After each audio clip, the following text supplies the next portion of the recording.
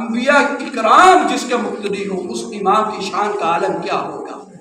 جب نماز ہو جاتی ہے، نماز ہو جانے کے بعد محبوب علیہ الصلوۃ والسلام براق پر دوبارہ جلوہ گر ہوتے ہیں۔ براق کی تیز رفتاری کیسی ہے کہ جہاں اس کی نظر ختم ہوتی ہے تو پہلا قدم اس نے مسجد اقصیٰ سے پہلا قدم اٹھایا تو آسمان، پہلے آسمان پر جا کے اس نے بریک لگائی، پہلے آسمان تک۔ زمین سے پہلے آسمان کا فاصلہ کتنا ہے؟ 5000 سال بندہ اگر صبر کرتا رہے، عربی گھوڑا چلتا رہے، 5000 سال مسلسل صبر کرے تو وہ پہلے آسمان تک پہنچتا ہے۔ اور براق یہ اس نے پہلے ہی قدم میں 500 سال کا صبر کر لیا۔ دروازہ بجایا گیا، جبریل نے دروازہ بجایا، پوچھا کون؟ کہا جبریل۔ کہا آپ کے ساتھ کون ہے؟ کہا میرے ساتھ محمد مصطفیٰ علیہ الصلوۃ والسلام ہے۔ کہا کیا آج ان کو بلایا گیا ہے؟ کہا ہاں آج ان کو بلایا گیا ہے۔ پہلا آسمان کا دروازہ کھلتا ہے۔ کہا یہ دروازہ عام بندے کے لیے دروازہ نہیں کھلتا، جب سے رب ذوالجلال نے یہ استقبالیہ دروازہ بنایا ہے، سارے انبیاء کرام علیہ الصلوۃ والسلام اس دروازے سے نہیں گزرے ہیں، یہ کسی کے لیے نہیں کھلا ہے، بلکہ فرشتے اور مسلمانوں کی جو نیک روحیں ہوتی ہیں، نیک اعمال ہوتے ہیں، یہ آسمان کی طرف اٹھائے تو جاتے ہیں۔ مختلف دروازے تو ضرور ہیں، لیکن مقربین فرشتے بھی اس دروازے سے نہیں گزرے ہیں۔ جس بندے کے لیے یہ دروازہ بنایا گیا ہے وہ آج کی رات کھولا گیا، اور حضور علیہ الصلوۃ والسلام کے لیے وہ دروازہ بنایا گیا تھا اور آپ کے اعزاز و اکرام کے لیے کھولا گیا۔ پہلے آسمان پر حضرت آدم علیہ الصلوۃ والسلام سے ملاقات۔ حضرت آدم علیہ الصلوۃ والسلام اہلا و سہلا، مبارک ہو میرے بیٹے، تمہیں بہت مبارک ہو، اہلا و سہلا، خوش آمدید کہتے ہیں ہم آپ کو۔ آدم علیہ الصلوۃ والسلام جو ابو البشر ہیں، اہلا و سہلا کرتے ہیں۔ محبوب علیہ الصلوۃ والسلام دوسرے آسمان پہ جاتے ہیں، دوسرے آسمان پہ جیسے ہی جاتے ہیں، حضرت عیسیٰ علیہ الصلوۃ والسلام اور حضرت یحییٰ علیہ الصلوۃ والسلام سے ملاقات ہوتی ہے۔ یہ دونوں آپس میں خالہ زاد بھائی ہیں، یہ اہلا و سہلا مبارکباد دیتے ہیں، کہتے ہیں آج آپ کا آنا مبارک ہو، آپ بڑے خاص ہیں، ہم اپنی حکومت کر چکے ہیں، لیکن جو اعزاز و اکرام رب کے ہاں آپ کو حاصل ہے کسی اور کو حاصل نہیں۔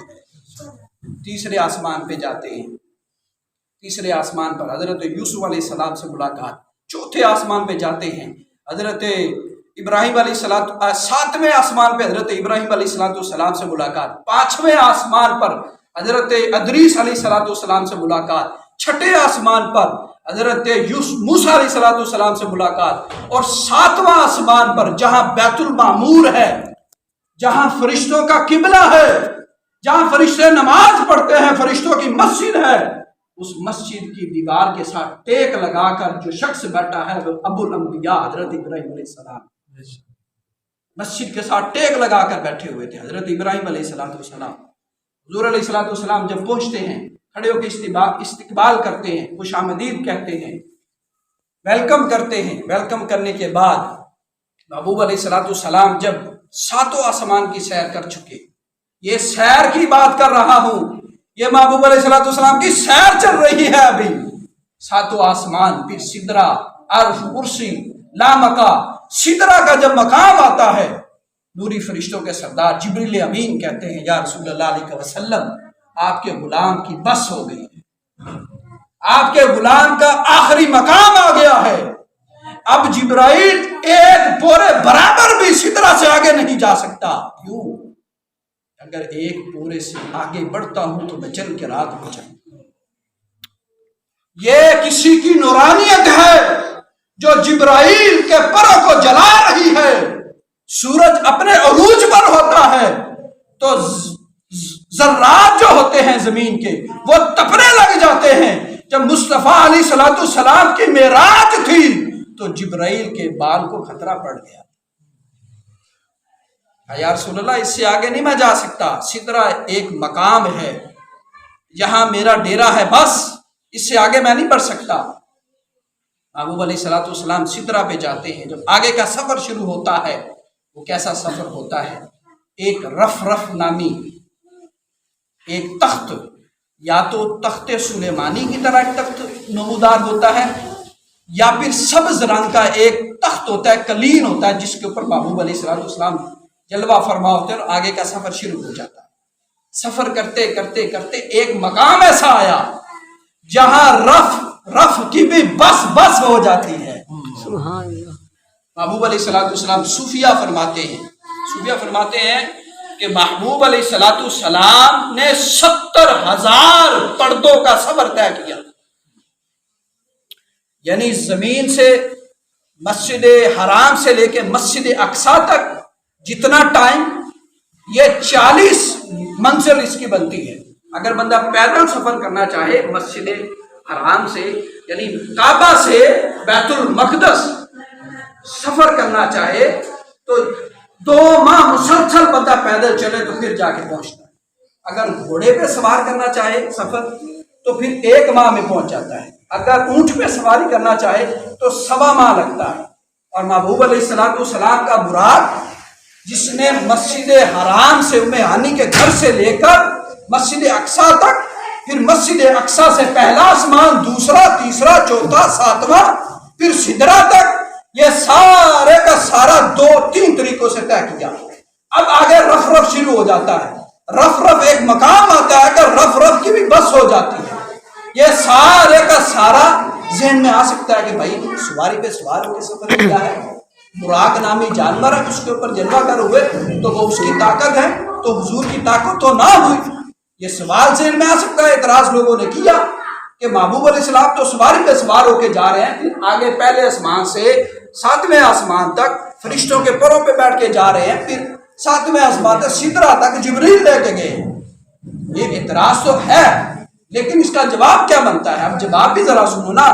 پھر پہلے آسمان سے 7ویں آسمان اور سدرہ تک فرشتوں کے پروں سے اور جبریل کے پروں پہ گئے، تو پھر سدرہ سے آگے جبریل لے کے جاتا نا، معلوم لے کے جاتا نا آگے۔ کیوں نہیں لے کے گیا؟ کیونکہ ان کی ایک حد تھی، مقام تھا، حدود تھا، اینڈ ہو گئی، اختتام ہو گیا کہ بس مقام آ گیا، ختم۔ اب محبوب علیہ السلام نے پیدل 70,000 پردوں جتنا سفر طے کیا۔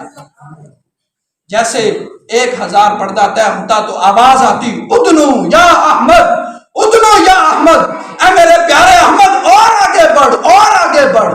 یہ کیسی فضا تھی، کیسی میٹھا کلام تھا، شرینی کلام تھا۔ محبوب علیہ السلام فرماتے ہیں جیسا ہی آواز آتی اتنا لطف آتا، اتنا مزہ آتا کہ میں آگے بڑھتا چلا جا رہا تھا۔ محبوب علیہ السلام جب معراج کی انتہا کو پہنچتے ہیں، معراج کا مطلب بھی یہ ہے، لغت اٹھائیں، آراجا یا عروجن، اس کا مصدر ہے، یہ مصدر بیبی سے بنا ہے، اس کا مطلب بھی یہ ہے کہ پیدل سفر کرنا۔ محبوب علیہ السلام نے کتنا پیدل سفر کیا ہے، اتنا لمبا سفر اگر کوئی بندہ کرے ویسے ہی تھک جاتا ہے، ویسے بندے کی مت بچ جاتی ہے۔ تو یار اتنا لمبا سفر، آج تو میں لاہور سے پشاور سفر کروں یا KPK جاؤں تو بندہ ویسے ہی پریشان ہو جائے گا، یار بڑا سفر کیا ہے، میں تھک گیا ہوں۔ ارے دیوانوں، لے جانے والا کون؟ رب ذوالجلال تھا، اور جانے والے محبوب تھے، کوئی تھکنے والے بندے نہیں تھے۔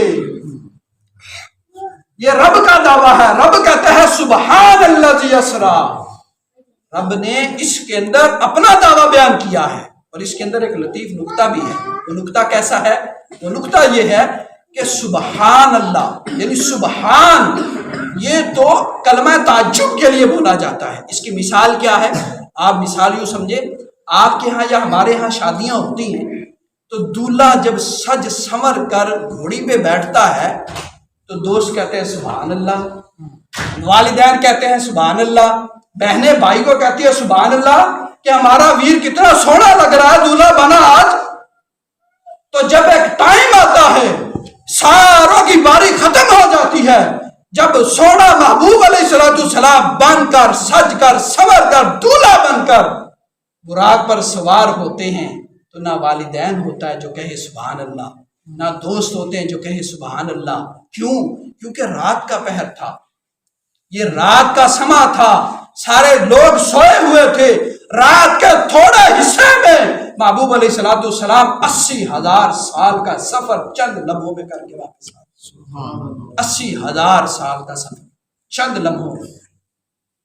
کہا محبوب پریشان نہ ہو، والدین نہیں ہے، دوست احباب نہیں ہے جو واہ واہ کریں، جو سبحان اللہ کہیں، کوئی بات نہیں ہے. تیرا رب تو ہے نا. ہم کہتے ہیں سبحان اللہ اسرا. اب عبد کیا ہے؟ عبد ایک ہوتا ہے عبد، اس کا مطلب ہوتا ہے کہ عبد کا مطلب ہوتا ہے انتظار کرنے والا. اب ہوتا ہے عبد ہو، اس کا مطلب ہوتا ہے جس کا رب انتظار کرے. یہ عبد، ہم عبد ہیں، ساری کائنات عبد ہے، اور عبد ہو وہ ہے جس کا رب بھی انتظار کرتا ہے، اور وہ ہے محبوب علیہ السلام. محبوب علیہ السلام جب بارگاہ نیاز میں پہنچتے ہیں، رب ذوالجلال کی بارگاہ میں پہنچتے ہیں، اس آگے کے معاملات کو قرآن نے بھی نہیں بیان کیا کہ کیا باتیں ہوئی، کیا معاملات ہوئے، کیسے ملاقات ہوئی، کیا معاملات ہوئے، یہ قرآن نے بھی نہیں بتایا. جب محبوب علیہ السلام معراج کر کے واپس آئے نا، واپس جب آپ آئے ام ہانی کے گھر، ام ہانی کے گھر آئے، جیسے ام ہانی بیدار ہوئی فجر کے بعد، آپ نے ساری ڈیٹیل بتائی کہ میں رات کے اتنے حصے میں نے سارے مشاہدات کر لیے، سارے معاملات دیکھے، رب نے مجھے معراج کروائی. آپ کی ہمشیرہ بہت خوش ہوئی. جیسے ہی یہ چونکہ نبوت کے درمیانی سال، یعنی نبوت کا ٹوٹلی جو سال بنتے ہیں نا وہ 23 سال بنتے ہیں، اس کا اگر ہاف کیا جائے تو تقریباً یہ 11.5 سال بنتے ہیں. 11.5 سال کے بعد آپ کو معراج. ویسے قرآن و حدیث کے اندر موجود ہے کہ محبوب علیہ السلام کو 30 قسم کی معراج. کتنی؟ 30 قسم کی. یہ 29 قسم کی معراج ایسی تھی جو حالت خواب کے اندر ہوئی، اور ایک جس کا آج ہم ذکر خیر کر رہے ہیں، یہ جسمانی معراج محبوب علیہ السلام کو، اور جس کا ذکر قرآن مجید میں ہے، اور جس کا دعویٰ رب ذوالجلال نے خود کیا. اس کا انکار ہی نہیں کر سکتا کوئی انکار کر ہی نہیں سکتا. 1400 سال 15ویں صدی قریب آ رہی ہے، کسی نے انکار کیا ہی نہیں ہے. اور دعویٰ کس کا ہے؟ رب کا ہے، اور دلیل بھی رب دے رہا. پھر کیا وہاں کے معاملات ہوئے، کیا معاملات ہوئے. پھر وہاں سے جب واپسی ہوئی تو چھٹے آسمان پر پھر موسیٰ علیہ السلام سے ملاقات ہوتی. موسیٰ علیہ السلام عرض کرتے، اے محبوب بتائیے رب نے کیا تحفہ دیا؟ کہا 50 نمازوں کا تحفہ دیا، 7 مرتبہ غسل جنابت، 7 غسلوں کا تحفہ دیا، اور 7 غسال کا تحفہ دیا. غسل اور غسال مطلب اگر بندہ ناپاک ہو جائے تو 7 مرتبہ نہائے گا تو جا کے وہ بندہ پاک ہوگا. یہ فرض تھا. اور غسل کا مطلب کیا ہے؟ کپڑا ناپاک ہو گیا 7 مرتبہ دھوئے گے تو پاک ہوگا. یہ فرض تھا. یہ معراج کی رات یہ تحفہ ملا تھا رب کی طرف سے. حضرت موسیٰ علیہ السلام حکومت کر چکے تھے، نبی تھے، بنی اسرائیل کو دیکھ چکے تھے، لوگوں کے معاملات کو دیکھ چکے تھے، یہ لوگ کا بہیو کیا ہے وہ سارا جانتے تھے. عرض کی یا رسول اللہ آپ کے امتی کمزور ہے، نماز نہیں پڑھ سکیں گے. 50 نمازیں ہر 2 گھنٹے بعد وضو کر کے ہر 2 گھنٹے بعد نماز فرض پڑھنی ہے. 50 نمازیں کیسے پڑھیں گے؟ نہیں پڑھ سکیں گے. آپ واپس جائیے رب کی بارگاہ میں التجا کیجئے، عرض کیجئے کہ مالک میری امت کمزور ہے، 50 نمازیں نہیں پڑھ سکے گی. یوں آپ جاتے ہیں، عرض کرتے ہیں، 5 کم ہوتی ہیں، ادھر سے پھر ایک غسل کم ہوتا ہے. ایسے کرتے کراتے 9 بار حاضری ہوئی، 9 بار دربار الہی میں دربار رسالت کی حاضری ہوتی ہے. اور یوں موسیٰ علیہ السلام ٹکٹکی باندھ کر جو وہ جلوے کوہ طور پہ نہ دیکھ سکے، محبوب کی آنکھوں سے رب ذوالجلال کا دیدار تھا. پھر 5 نمازیں بچ گئی. آخری جو ہوا تھا وہ 5 نمازیں بچی.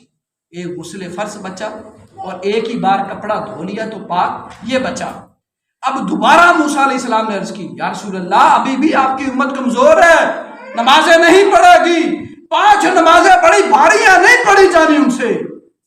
محبوب علیہ السلام کا جواب سنیے دیوانہ، محبوب علیہ السلام نے فرمایا اے موسیٰ اب مجھے رب سے ملاقات کرتے ہوئے اس کے دربار میں جاتے ہوئے حیا آتی ہے، مجھے 5 ہی قبول ہیں۔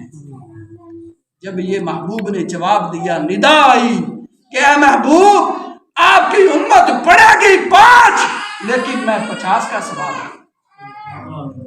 یہ معراج کا تحفہ رب ذوالجلال نے امت محمدیہ کو عطا فرمایا۔ کیا ہم اس تحفے کی قدر کر رہے ہیں؟